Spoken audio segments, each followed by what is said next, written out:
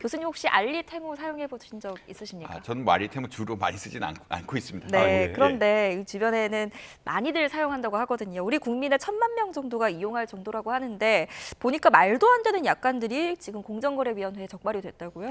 사실 주위에도 굉장히 많이 쓰고 있고요. 저는 네. 이게 뭐 온라인 쇼핑을 그렇게 많이 하지 않아서 안 쓰는데 네. 결국은 이 알리 테무란 것이 굉장히 그 저변이 넓어졌죠. 알리가 뭐 900만 명 이상 쓰고 테무가 700만 명 가량 쓰는 이런 상황이라고 보시면 될 것 같고, 근데 이제 이게 해외 업체다 보니까 아무래도 공정 거래에 대한 이슈가 분명히 있다라고 보시면 될 것 같습니다. 네. 예. 사실 이제 소비자하고 이제 생산자 간에 분쟁이 붙을 수밖에 없거든요. 문쟁에 흔히 말해서 이제 품질 문제 같은 것들이 지속이 된다. 그리고 배송할 때 고장이 나는 게 왔다든지 뭐 깨졌다든지 이런 다양한 이슈들 때문에 분쟁이 발생할 수밖에 없는데, 우리나라 법원에서 안 하고 홍콩, 싱가포르 법원에서 이렇게 가라고 이야기해서 네. 지금 이 부분 해결해야 된다라고 분명히 그 공정거래위원회에서 얘기를 했고요. 결국 한국 법원, 그러니까 한국에서 팔 때는 한국 법원에서 해결하는 게 맞다라는 그런 의견을 줬다라고 보시면 될 것 같고, 그다음에 SNS도 모두 다 이용한 그 개인정보 보호가 굉장히 중요한 시점인데 네. SNS에 모든 컨텐츠를 자기네들 접근할 권한을 줬다. 사실은 개인의 어떤 권한을 지나치게 뺏은 것이 아니냐라는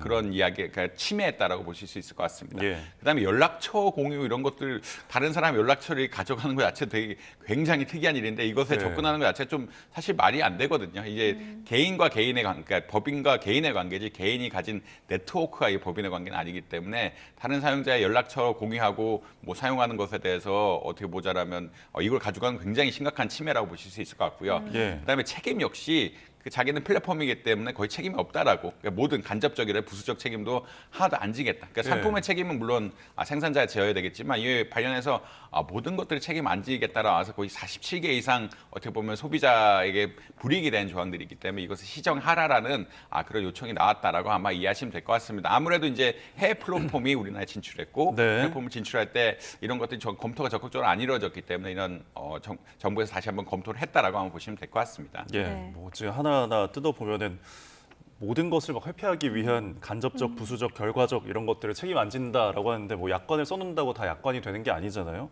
지금 불공정 약관 뭐 47개가 적발이 됐고 시기적으로 지금 연말이니까 사람들이 좀 쇼핑을 많이 하거나 곧 있으면 뭐 블랙 프라이데이도 있고 한데 소비자로서는 주의할 점이 무엇이 있을까요? 사실 이제 알리, 테무 이런 데들 할인을 적극적으로 해서 고객을 모았다라고 생각을 하고 있고요. 네. 연말에도 비슷한 행사를 많이 하질까라고 예측을 하고 있습니다.